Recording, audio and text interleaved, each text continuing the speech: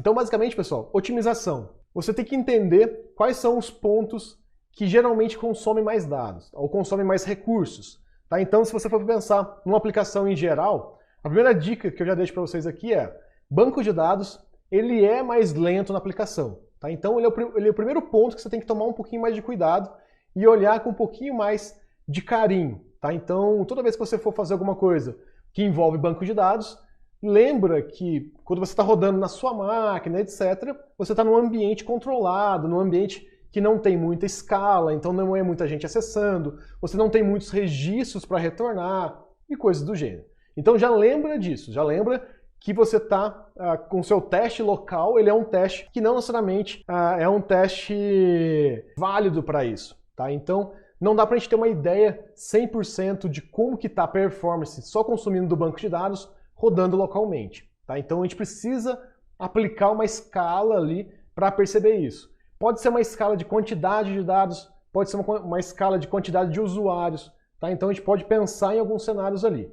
Basicamente, se a gente pensar nisso, tá? Então pensar em banco de dados, existem algumas estratégias que você pode fazer do dia zero. Tá? Então começou a implementar essas coisas no banco de dados, você começou a fazer sua aplicação, guardar dados no banco de dados, você pode começar a preocupar com algumas coisinhas. A primeira, que eu acho que é fundamental: sempre traga os dados do banco já paginado. Tá? Então nunca traz do banco ali, a não ser que você vai sumarizar, fazer alguma coisa nesse sentido, mas isso é menos de 1% das situações ali. Sempre que você for trazer dados do banco, pagina ou restringe a quantidade de dados que você está trazendo. Então se o seu banco tem 1 milhão de registros, traz ali 100 registros, 200 registros no máximo. Tá? Então não exija muito do banco. Depois disso, presta atenção em como que você está lendo os dados do banco. Tá? Então se você está usando bastante as suas chaves, né, os seus índices do banco de dados. Por que disso? Porque quanto mais você usa o índice, mais assertivo a engine ali, né, a engine do banco de dados quanto mais assertivo ela for, mais rápido a resposta. Tá? Basicamente, com essas duas coisas, você consegue evitar muito problema. Tá? Então, só de simplesmente lidar de uma forma um pouco melhor com o seu acesso ao banco de dados e como que você indexa esses dados no banco de dados, você já consegue otimizar do dia zero. E aquelas outras limadas que a gente faz no código, dá para trocar esse processo aqui, esse processo lá e etc. Geralmente eles não impactam tanto assim. Tá? Então se a gente for fazer um teste realmente de performance, a gente vai perceber que grande parte do tempo é acesso a outros serviços. Então a sua aplicação está acessando um banco, está acessando alguma outra coisa ali que está gerando esse peso. Então, basicamente, essa otimização já ajudaria muito a sua aplicação a consumir menos recursos. Um outro ponto que é bastante importante também: todo teste que a gente for fazer, a gente tem que fazer testes parcelados. Tá? Para quê? Para a gente saber qual que é o impacto real disso na aplicação. Então, você vai testar alguma coisa nova no software, lembra sempre, tá? Vou testar um índice novo no banco. Eu tenho uma quantidade grande de dados ali no banco, que eu já coloquei lá para poder testar.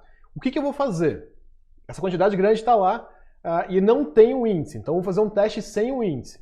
Mensura isso, tá? Então roda uma sequência de testes. Quanto mais testes você rodar, melhor. Tá? Então, por exemplo, vou rodar 100 vezes e ver qual que é o tempo que retorna. E faço uma média desse tempo. Aí você pode calcular desvio, padrão e etc. Mas, basicamente, vamos pensar no simples. Pega só a média. Então, de 100 vezes, o tempo médio sem o índice foi tal. Aí o que você vai fazer? Você aplica o índice, tem certeza que o índice está funcionando e roda novamente os mesmos 100 testes e faz a média ali. Tá? Então, e aí você consegue comparar qual foi o impacto desse índice de uma maneira geral para o seu teste. Tá? Então, bem simples. Gera uma tabela gigante com dados ali dentro. A gente tem um vídeo específico aqui no DevPlano falando sobre isso, como que a gente gera grande quantidade de dados em um banco de dados. Fez isso, faz o teste sem o índice, faz o teste com o índice. Envolvendo o banco de dados também, o que você pode fazer é utilizar o explain. Se o banco de dados for SQL, você consegue ter uma expressão que você coloca explain e a query sua na frente. Ele vai mostrar para você o que a sua query está usando de índice. E aí ele fala, olha, aqui eu tive que usar uma busca serial, aqui eu tive que usar uma busca pelo índice, coisas do gênero.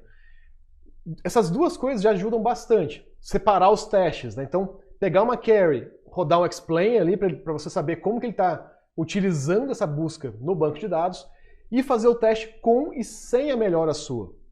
Isso já vai te ajudar bastante a identificar ali pontos de melhora. Porque se você fez um teste com e sem o índice e não mudou nada, pode ser que alguma coisa não é nesse índice. Então você pode ir tentando explorar outras opções de otimização.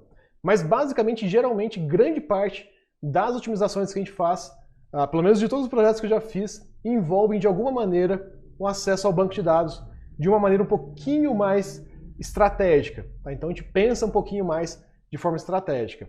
Uma das coisas que são bastante legais, que ajudam a pensar muito mais dessa maneira, é a forma NoSQL, porque a gente começa a pensar não somente em como estruturar os dados, mas como que eu vou ler esses dados. Então quando eu começo a pensar em como eu vou ler, eu começo a pensar o que eu posso ajudar o banco de dados a trazer os dados mais rapidamente para mim. E isso é muito legal para a gente conseguir otimizar também. Tá?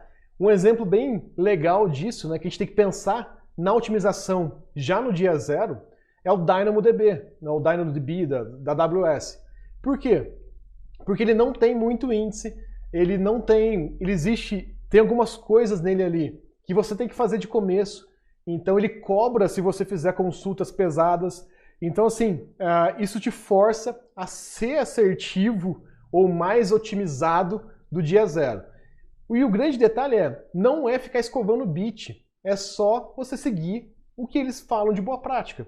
Tá? Então, esse tipo de otimização ela é muito mais tranquila, tá? Então ela é muito mais fácil de fazer. Você lê a documentação, boas práticas, etc. e aplica.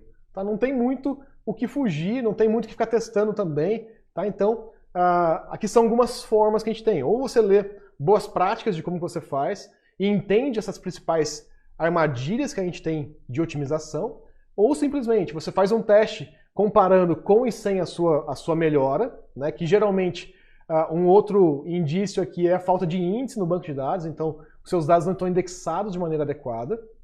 E um outro ponto também ali é você evitar trazer grandes quantidades de dados.